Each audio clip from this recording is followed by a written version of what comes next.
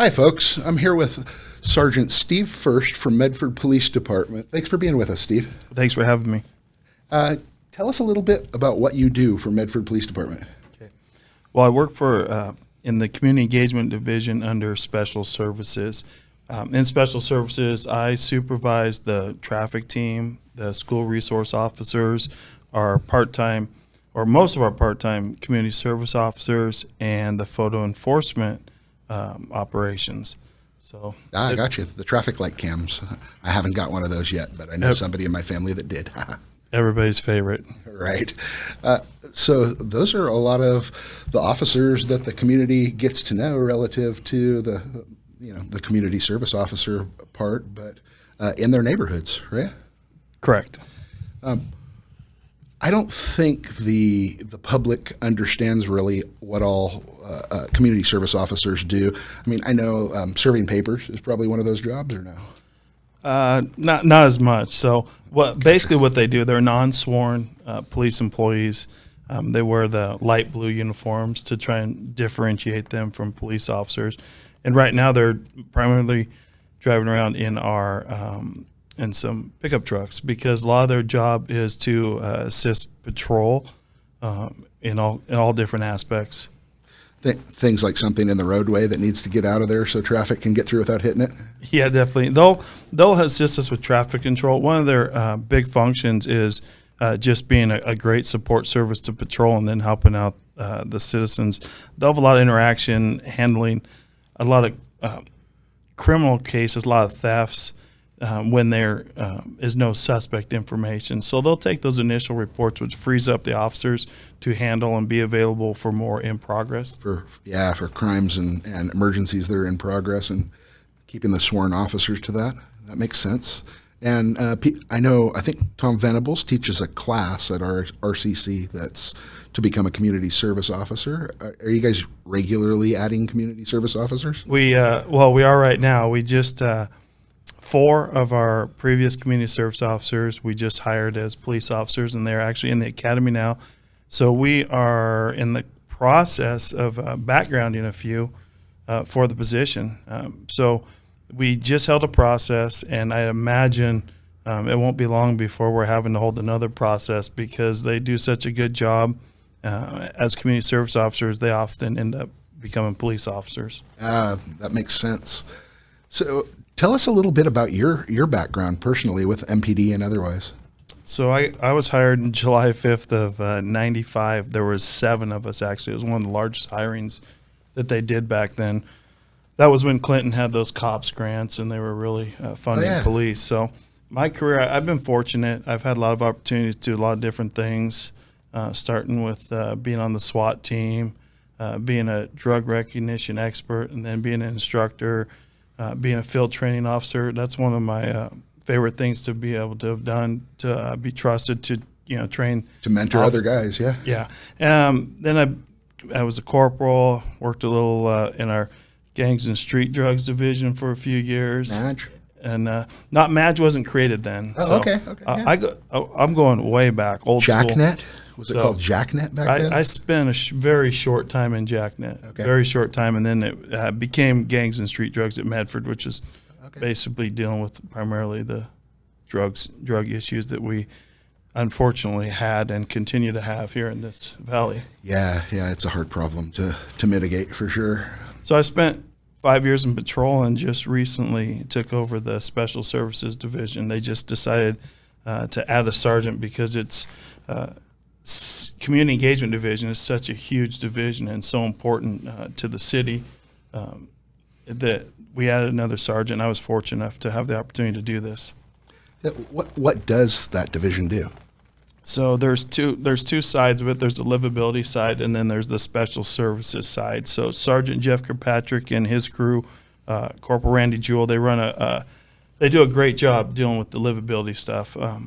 Unfortunately, we have a huge homeless problem in the valley, and they're doing a great job of trying to help everybody and get things going in the right direction. I, on the other hand, have the other part of the community engagement division, which is special services, and unfortunately, I have to do photo enforcement. I'm kidding. That's part of my jobs. I just know that a lot of people don't like least liked thing, probably. A lot of people don't like getting those tickets mailed to them. I get it, but it really does help with traffic safety. And then the community service officer I enjoy because not all of them want to be police officers, but with the part-time ones, most of them do, and we get an opportunity to try and mentor them and see their work ethic and see them grow, and hopefully if they do want to be a police officer, we hire them like these last 4 we did. Yeah, excellent.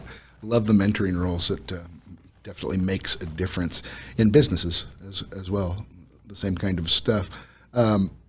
We have officers on here from different agencies, and we had Kirkpatrick and Wolf on here to talk about the livability team, and we'll probably have them back as things progress with some of the camping rules and the different things on the Greenway and whatnot, where you're trying to make it a little bit more fire safe without being mean to people or that kind of stuff. But one of the reasons we like to have people on is to honor them. So since 1995, you've been serving our community. We really appreciate that. And the community service officers that are doing all of this work to free up our officers for those emergencies, that's a big thing. That supporting role alone means that more calls where people are really in need get addressed more quickly. We appreciate you. Well, thanks. I appreciate it. And it's just a great opportunity, a great community. And with all the stuff that's gone on over the past almost year and a half now, realistically, we are in, I think, the best community. The support that it was shown to us and the continued outpouring of just praise and admiration from the public is, to me, it's just unbelievable. Yeah, I was pretty happy that the public, during all the stuff of protests and things like that, and picket signs with stuff about cops on them, it seemed like this area really stepped up to let our officers know that we care. Really is completely different from any other area in the country. It's not considering Portland. that.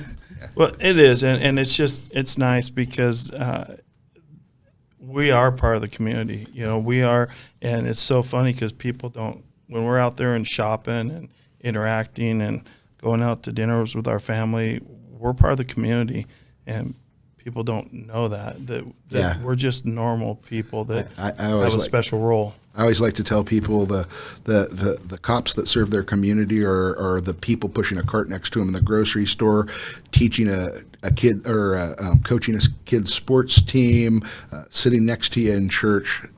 Like everybody else, it's easy to demonize a role that has to deal with a lot of hard stuff, but you guys choose to deal with that stuff and want to raise your family in this community and deserve respect for that, in my opinion.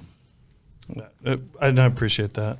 I love the opportunity that we've had here, and I love the opportunity that the department provides for us. We have such exceptional training, and then the chance to mentor, like I said, the CSOs, to make sure we're doing it right.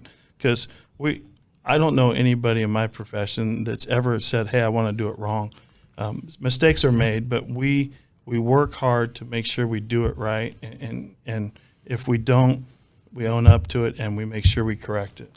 That's some of the questioning and psychological evaluation to be an officer anywhere includes moral turpitude. You're looking for people whose morals are more important to them than any personal benefit or things like that. So really collecting some of the best of the best as far as honestly serving the community and in law enforcement. I just look at the number of calls Medford Police takes, more than 20,000 calls a year, and the number of arrests made in real crimes. And, our officers are often first on the scene to an accident and have first aid training, CPR training, and they save people.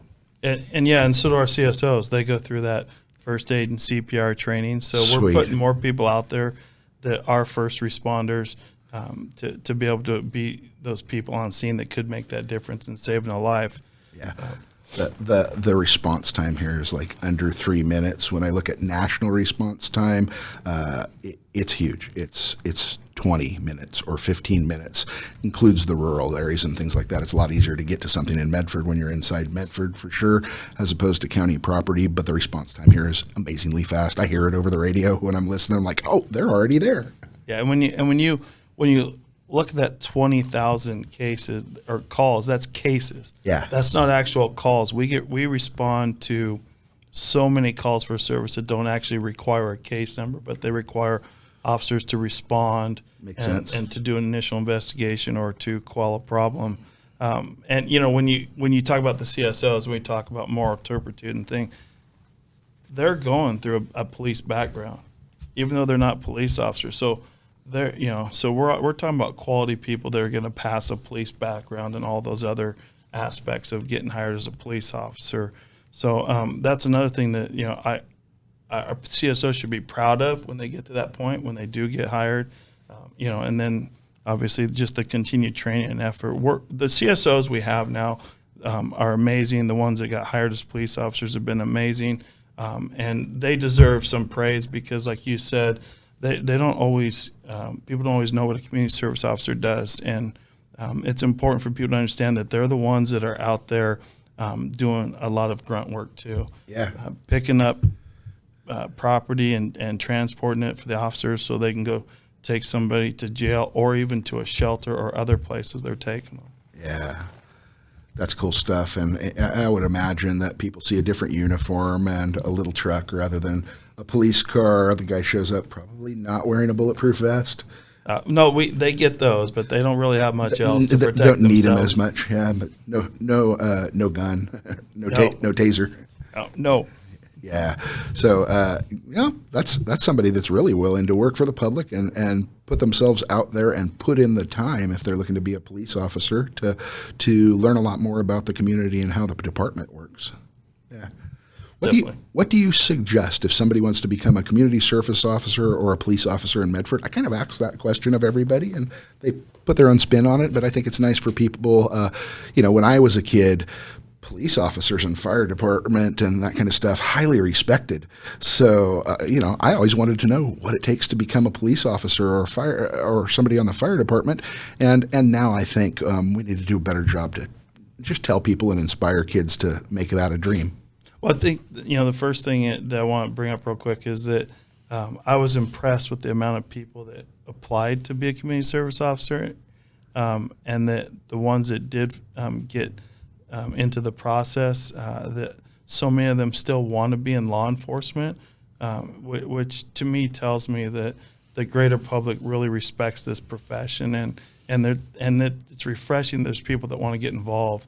So, basically, like you said, good moral turpitude, good work ethic, somebody that understands that they're in a position to make an impact on people's lives and hopefully a positive way, and just understand that we're gonna put you to work, but we're gonna give you opportunities to train you and to teach you, and the other thing too is just somebody that's willing to take on challenges, because every day, even as a community service officer, every day your job, you never know what the job's going to bring. So always something different.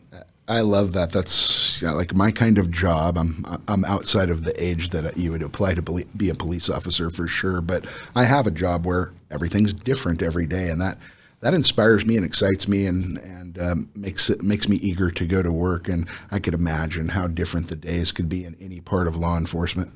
Oh, definitely. It's kind of funny because people say, "Hey, what are you doing?" I say, not much, just working." And then I start thinking, I've done a ton today, and we've done a lot, but it just kind of becomes that natural thing. You don't realize it's a big deal anymore. It becomes commonplace for you. Yeah.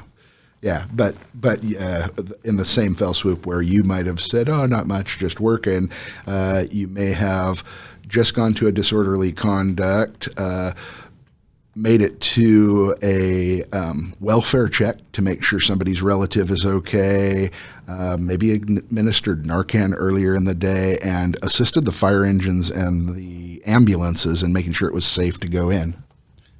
Yeah, and that happens a lot on a daily basis for our officers.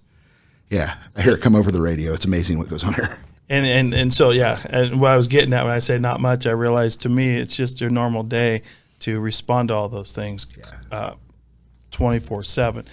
Things don't slow down anymore. It slowed down a little bit at night, but it stays pretty steady in this town now all day and all night long. 80,000 people in Medford, and I've lived here for almost 30 years, and it's grown a lot. The county, too, has grown by 50,000, more than 50,000 people since I've been here. Well, I was transplanted here when I was a small child, so I don't know anything differently, and it surely has grown a lot. Yeah. Well, I appreciate you coming on to help